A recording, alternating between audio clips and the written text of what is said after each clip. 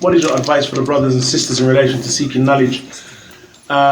We advise the brothers and sisters, first and foremost, if they're able, ikhwan, to travel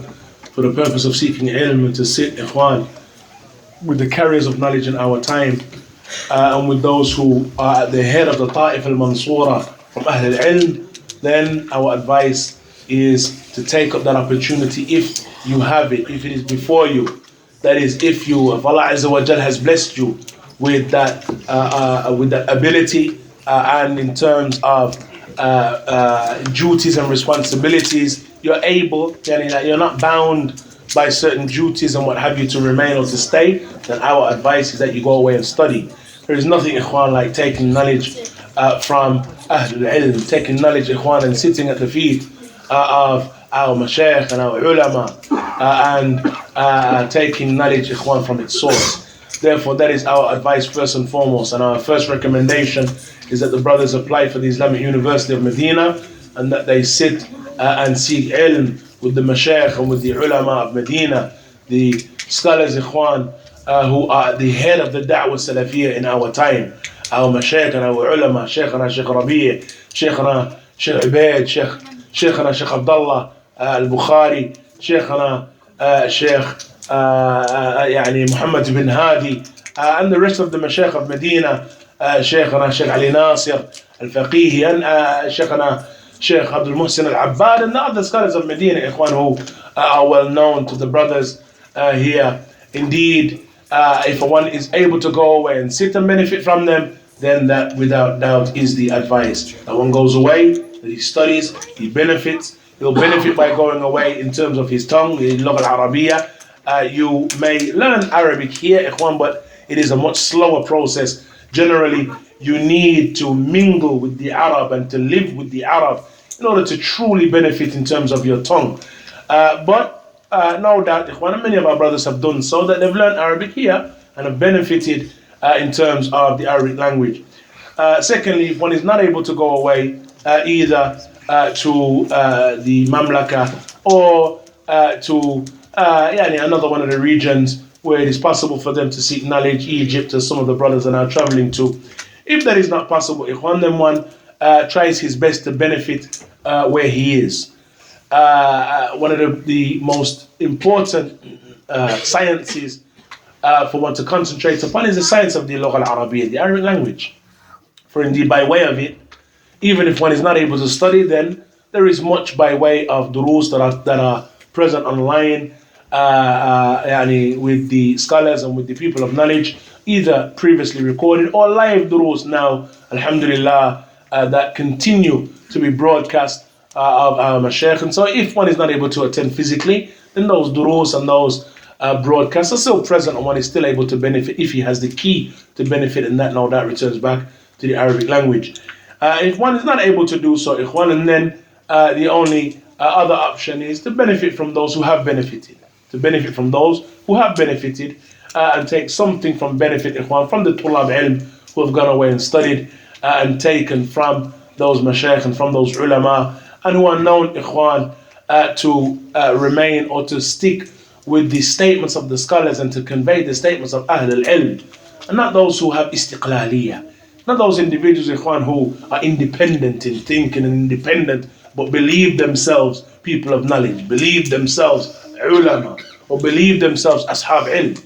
Rather, that one clings to those who are a gateway for you to the ulama, and a gateway for you to benefiting from the knowledge of the ulama, in that they have either taken it or that they indicate and point you towards it. Similarly, ikhwan, that the one who embarks upon the path of knowledge, there are certain books that is important for him to study. Certain books in the area of Tawheed, the likes of the Usul al-Thalatha, al-Qawaid al-Arba'a, Kashf al-Shubuhat, Kitab al-Tawheed, all of Shaykh Muhammad ibn Abdul Wahhab, and likewise the books of Aqeedah, the likes of al-Aqeedah al-Tahawiyah, the likes of Lum'at al-I'tiqad of Ibn Qudamah, the likes of al-Aqeedah al-Tahawiyah, al-Aqeedah al-Hamawiyah, al-Aqeedah al-Tadmuriyah of Shaykh al-Islam ibn Taymiyyah, and others from the books of Aqeedah that are well known and established, that will nurture, or a person will be nurtured upon studying and learning and understanding the usul of Ahl Sunnah, Sharh Sunnah, Usul Sunnah, and Sharh Sunnah of Imam al-Barbahari, Usul al-Sunnah of Imam Ahmad, and others from the books, Ikhwan, of Aqidah. Similarly in Fiqh, that he studies those small mutun, those small texts in Fiqh, and that he grows in a knowledge of Fiqh of the religion. Small texts such as Umdatul Fiqh, or the Durar al-Bahiyya of Imam al-Shawkani, that have in them the Masail al-Fiqhiyya, the issues of Fiqh, that he learns and that he acquaints himself with the evidences for. And that he couples with that a study of the Ahadith of Ahkam. And that is, that he studies the Ahadith that deal with the rulings. And so he studies books such as Umdatul Ahkam of Imam Abdul Ghani al-Maqdisi. He studies the likes of Bulugh al-Maram of Al-Hafidh ibn Hajar al-Asqalani. Or he studies the likes of Al-Muharrar of Ibn Abdul Hadi, or Muntaqa al-Akhbar of Majd ibn Taymiyyah, or Al-Muntaqa of Ibn Jarud, and others from the books of Ahadith al-Ahkam. Similarly, that he studies Hadith generally, starts with the Arba'in al-Nawawiyya, and then he progresses to the other books of Hadith, the likes, Ikhwan, of as we mentioned, Umda, which is of course a book of Hadith, or that he moves on from that to the likes of the Riyadh al-Salihin of Imam al-Nawawi, likewise, and similarly that he moves and progresses from that to the bigger books of Hadith. In the science of Mustalah al-Hadith, that he studies Mathalan al-Bayquniyya,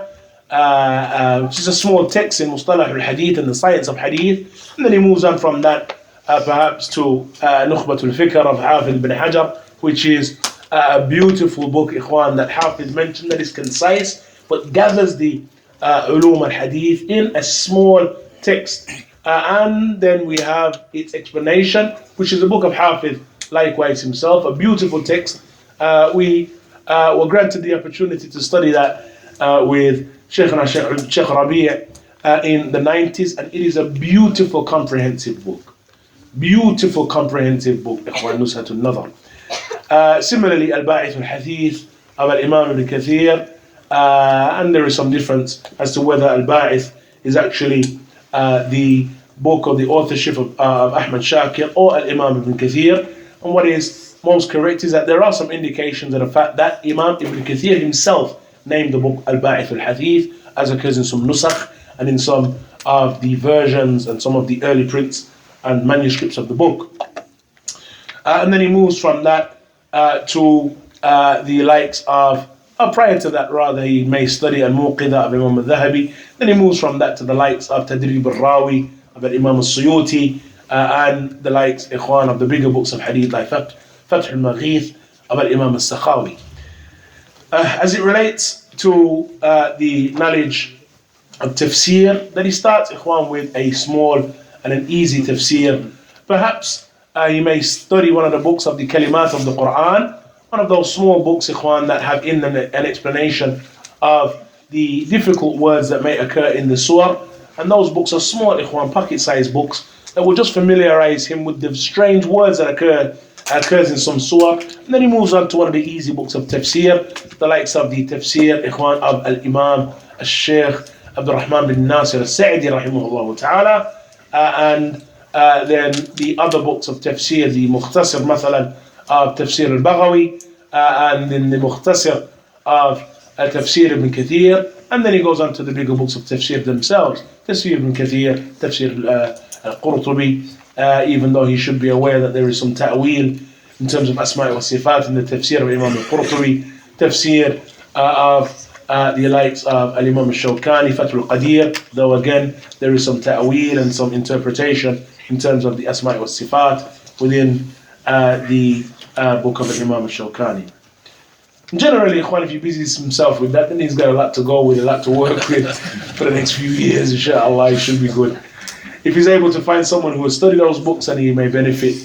in that regard, then he takes from them, benefits from them, and understands or draws closer to the correct understanding of that which is present within those kutub, and of course, that which is present within those sciences. Allah Ta'ala.